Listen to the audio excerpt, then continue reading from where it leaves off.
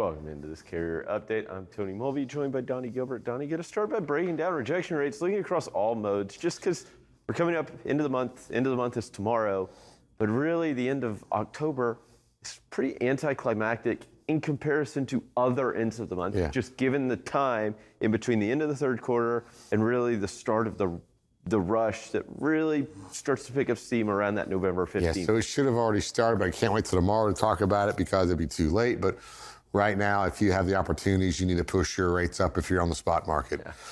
The problem going on right now is truly which is causing the effects.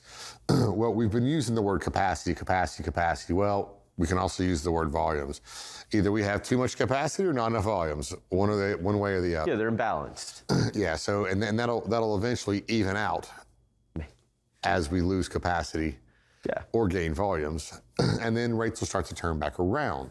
So, but we have seen very little. You know, we have just a small bounce back up here in dry vans, but we're still at 3.31% on rejection rates.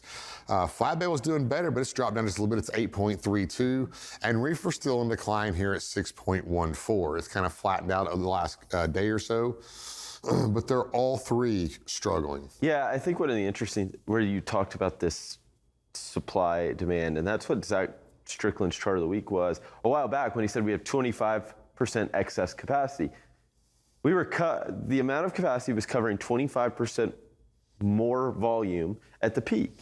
So how does it come into balance? Well, you either lose 25% of the trucks to meet the levels of demand, or you grow volumes by 25%, which would be an anomaly. I mean, even if you grow with the economy, you're talking 3-4% throughout the entire year, not 25%. Exactly. So it's more the stable growth, steady growth, as opposed to what we saw during COVID.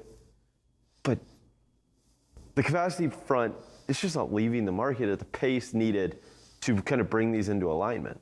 All right, so if we look at just comparing volumes to last year, this is dry van. What is expected to come? We're moving the contracted freight right now. It's going to just fall off and drop down some. So if we're struggling right now, we're going to even possibly lose some more volumes. Now, taking for granted, some of these could have swapped over to the spot market. Yeah. But right now, with diesel fuel prices being so high, they're not going to the spot market. Shippers might be pushing the spot market to get a discount. Yeah. But we're not seeing a lot of volumes on the spot market because there's a lot of drivers out there that are soaking those up as well because they didn't have contracts. Yeah, I mean, and that's why you see rejection rates at 3%. It's kind of an indication of what the spot market is doing or how much freight is actually flowing to the spot market. If you think shipper tenders out 100 loads to first carrier, they're getting rejected 3% of the time. So 97% acceptance. And you got brokerages in those. So now you have only 3 loads that are falling down the waterfall.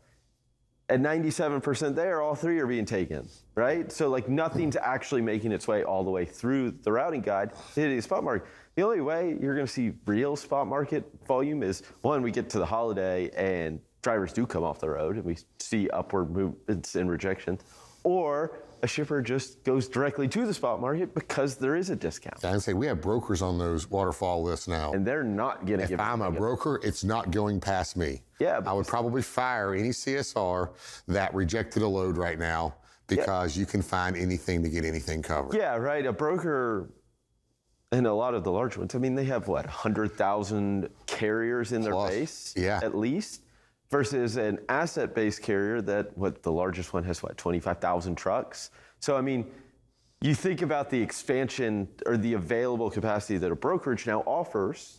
That's why you have seen the growth in the brokerage, because they are viable options. And if you're a carrier right now, and if you can't find enough contracted, you need to make friends with make a relationship, not just somebody on the phone, with a very good broker, and you might get better rates as well if you take care of that guy. Absolutely. Well, Donny, thank you so much for this update. We'll be sure to check in with you again a little later. Right now, we'll hand it back over to Bill Priestley.